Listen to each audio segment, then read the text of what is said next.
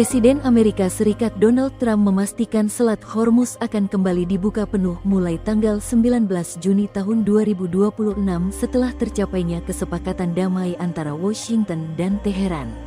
Pembukaan jalur pelayaran strategis tersebut menjadi perkembangan penting dalam upaya mengakhiri konflik yang selama beberapa bulan terakhir mengguncang kawasan Timur Tengah.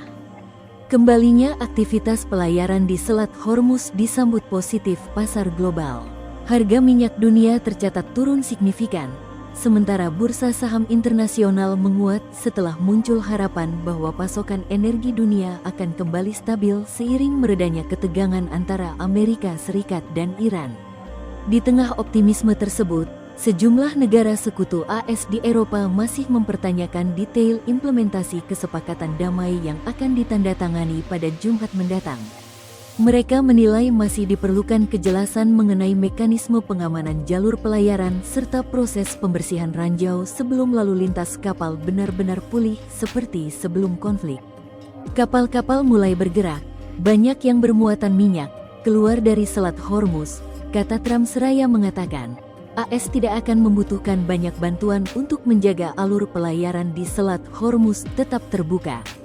Pengumuman Trump tersebut memicu rally besar di pasar saham global dan saham di Dow di Wall Street mencapai rekor tertinggi, sementara harga minyak mentah anjlok hampir 5%. Media Iran melaporkan pada malam tanggal 15 Juni bahwa 3 kapal tanker minyak dan 2 kapal kargo bermuatan telah melewati wilayah perairan yang sebelumnya diblokade oleh Angkatan Laut AS. Iran telah memblokade selat tersebut sejak awal perang, menyebabkan harga minyak melonjak dan meningkatkan kekhawatiran akan guncangan inflasi yang berkepanjangan. Amerika Serikat kemudian memblokir pengiriman ke dan dari pelabuhan Iran. AS, Iran, dan mediator Pakistan mengatakan perjanjian perdamaian AS dengan Iran akan ditandatangani pada Jumat, tanggal 19 Juni di Swiss. Di sela-sela penyelenggaraan KTT Kelompok 7, G7, di mana Iran akan menjadi topik pembicaraan di sesi makan malam, tergambar jelas bahwa sekutu-sekutu AS di Eropa tidak menunjukkan sikap optimisme mereka atas masa depan Selat Hormuz. Mereka tidak sependapat bahwa perdagangan dapat dilanjutkan pada akhir pekan, seperti yang dijanjikan Trump. Sekutu AS di Eropa mempertanyakan, hal apa sebenarnya yang disepakati kedua pihak sebelum sekutu AS di Eropa ikut bergabung pada misi pembersihan ranjau dan patroli di Selat Hormuz? Menurut seorang pejabat G7 yang tak bersedia disebut namanya, ada kesulitan serius dalam menemukan posisi bersama di antara kelompok G7 soal bagaimana strategi menangani situasi di Iran. Sedikit yang mengharapkan adanya komunike bersama, hal yang terbukti sulit dicapai selama era Trump.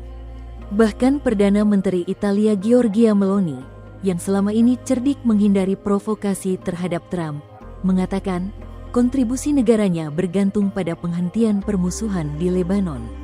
Selama beberapa hari terakhir ini militer Israel telah terus-menerus melakukan serangan di Lebanon. Muncul desakan Pertamina turunkan harga Pertamax. Dicapainya kesepakatan damai antara AS dan Iran dalam perang di Timur Tengah yang akan diikuti dengan pembukaan kembali Selat Hormuz oleh Iran memunculkan desakan di Indonesia agar pemerintah dan Pertamina menurunkan kembali harga BBM non-subsidi Pertamax. Desakan itu antara lain disampaikan anggota Komisi V DPR RI Mufti Anam.